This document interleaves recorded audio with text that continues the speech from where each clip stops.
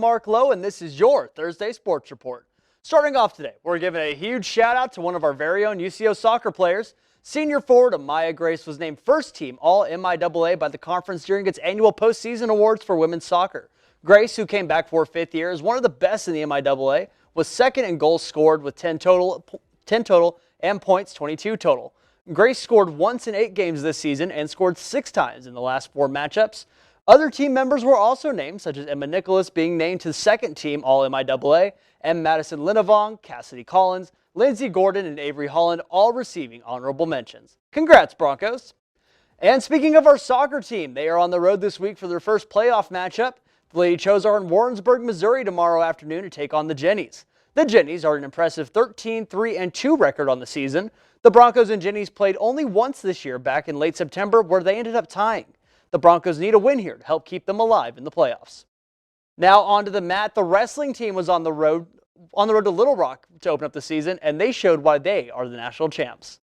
The Broncos flattened the Tigers 42-0 in the season opener. Zane Coleman and Garrett Wells scored back-to-back falls in the 18th consecutive MIAA victory. This is the 33rd victory in the last 34 matches for the Broncos, and they look to continue that trend very soon. The Broncos come home this weekend to host the Bronco Open.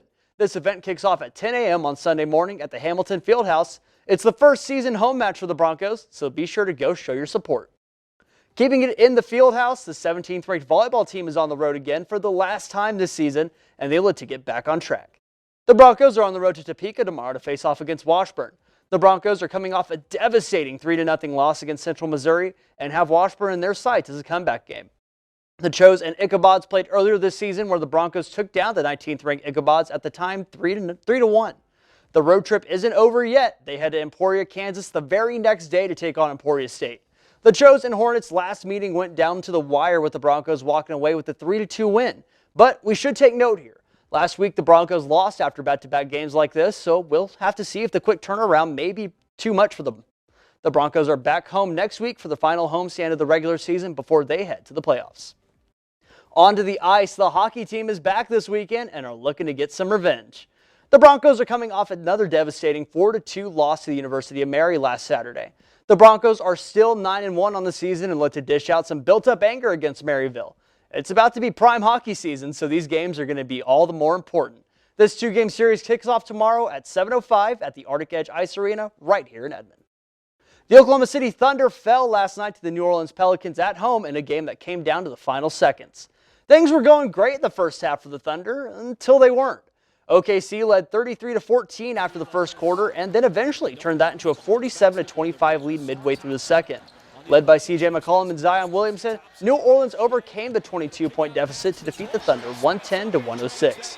Shai Gilgeous-Alexander led the Thunder in scoring with 20 points, but he missed a three-pointer with 3 seconds left that would have given the Thunder the lead.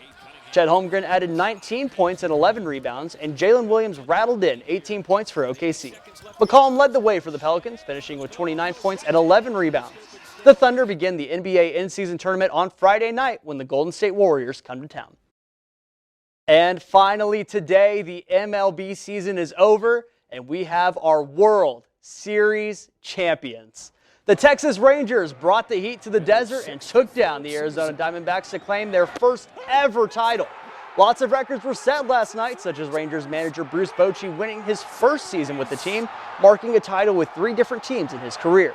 The Rangers were also undefeated on the road this postseason, going 11-0. Corey Seager was crowned World Series champ after impressive games and helped carry the Rangers to their first Fall Classic title.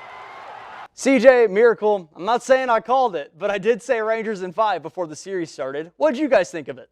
You did say Rangers in 5, and, I didn't believe you at first, but I have seen the light. I've seen what this Texas Rangers team can do.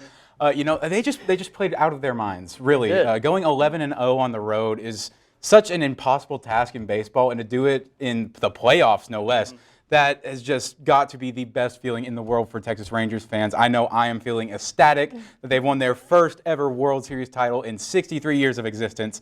But, there's still a lot of things that can go wrong or right going into the next season. So they're going to be definitely looking to build on that future. Maybe we get a Rangers dynasty coming up in the next few years. Who knows? Right? We'll just have to wait and see. Well, congratulations to them, and stay tuned, Broncos. We'll have your last look at weather whenever we come back.